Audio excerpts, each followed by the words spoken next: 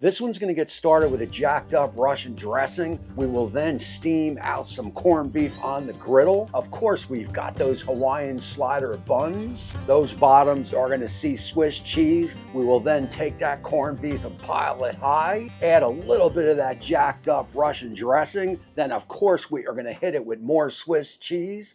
Top it, hit it with butter, hit it with black sesame seeds for some color, and then steam the whole thing out on the griddle. I'm telling you right now, these Hawaiian buns were pillow soft, and this is a recipe you are going to need to make.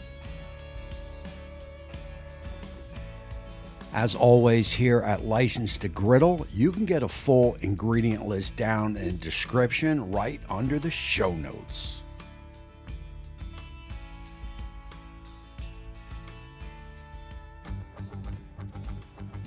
Alrighty, all, welcome back to Licensed to Griddle. Of course, my name is Tommy.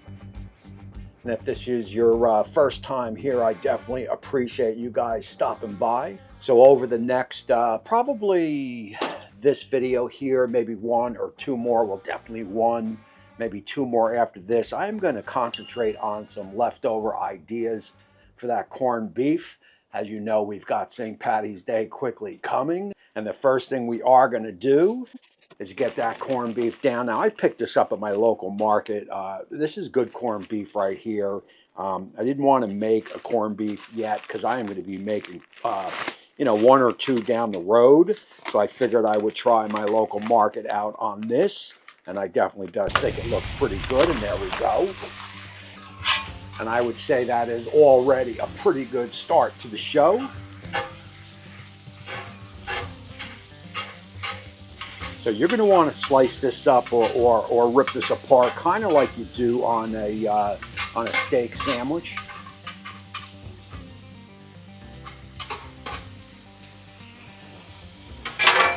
And of course, right now I've got my griddle on low. I mean, this is not going to take long. And we are at about 300, and that is perfect. So a little bit of a trick. I mean, you may have heated your corned beef up like this in the past, but a little trick here is just to take a little bit of water, and that is going to help heat up the corned beef. Trust me, you've got plenty of flavor in this corned beef. It is not going to hurt it at all. And I can guarantee I've been in a few kitchens in the past, and they all seem to do it. There is no need to use any butter in this corned beef. You don't have to have any oil in this corned beef. A little bit of water will do you nice, and that'll stop it from getting overcooked and where it gets a little bit tough.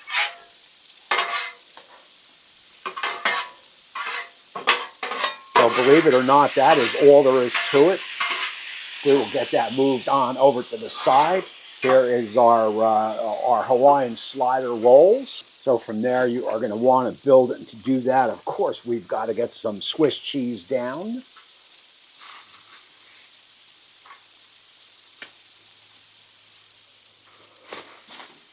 Corned beef goes on.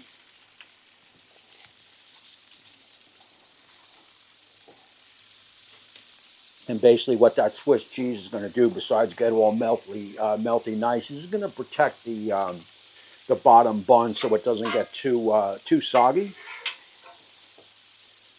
And you want to try to even it out as best as possible. You want to go end to end.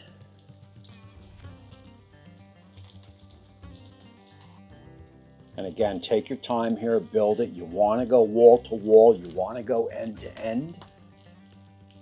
And from there, I am going to go with just a little bit sauced down, just to get a little bit of flavor in between those pieces of corned beef.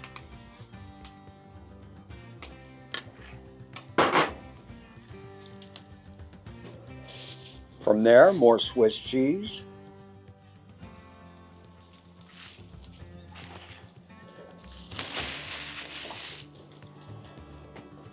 And I definitely like a lot of cheese on.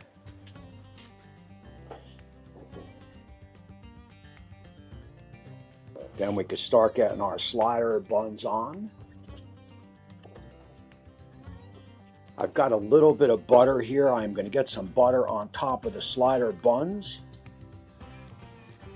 This is butter delicious, of course.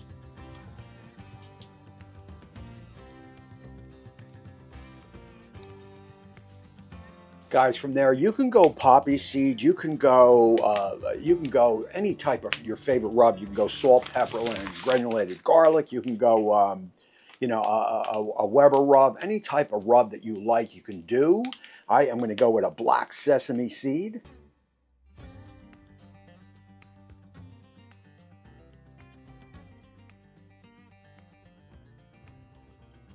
So, and from there, what you want to do is grab your water. You know the deal here. Make sure your cover fits. I've been there when it didn't. And let's melt some cheese.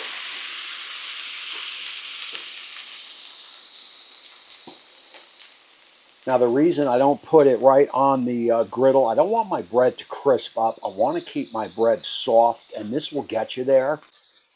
You just might have to hit it a couple times with the water.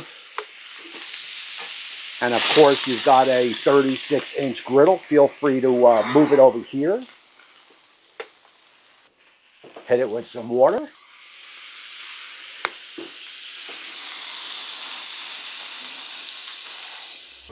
All right, guys, so what I want to do here is let's get on over to the board. I'll get everything set up over there. We will cut it up, take a look at it, do that taste test, talk about it, and close out the show.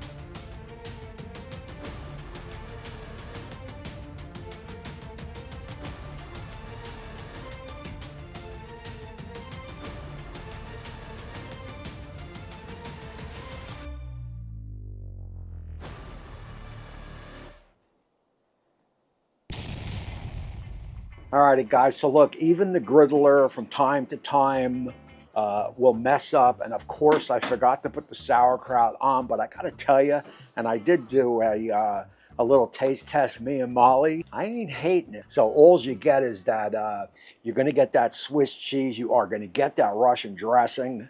And I'll tell you, that Russian dressing is jacked up. You're going to want to check out that recipe down in the description. And these are easily a 10 out of 10. And Molly would agree. She'll be moving in right here as I do hit it with another taste test. And I definitely dig those black sesame seeds on the top. It just adds a little bit of color. You know, we all eat with our eyes first. And I love steaming the bread on the griddle. It just makes the bread. I don't care how stale the bread is. When you do it this way and steam it on the griddle, it is as fresh could be. Let's go on in. Let's do that taste test. I mean, God. So this is easily, if you like Reuben's, this is easily a 10 out of 10. Doing them in a slider, you definitely do not miss the rye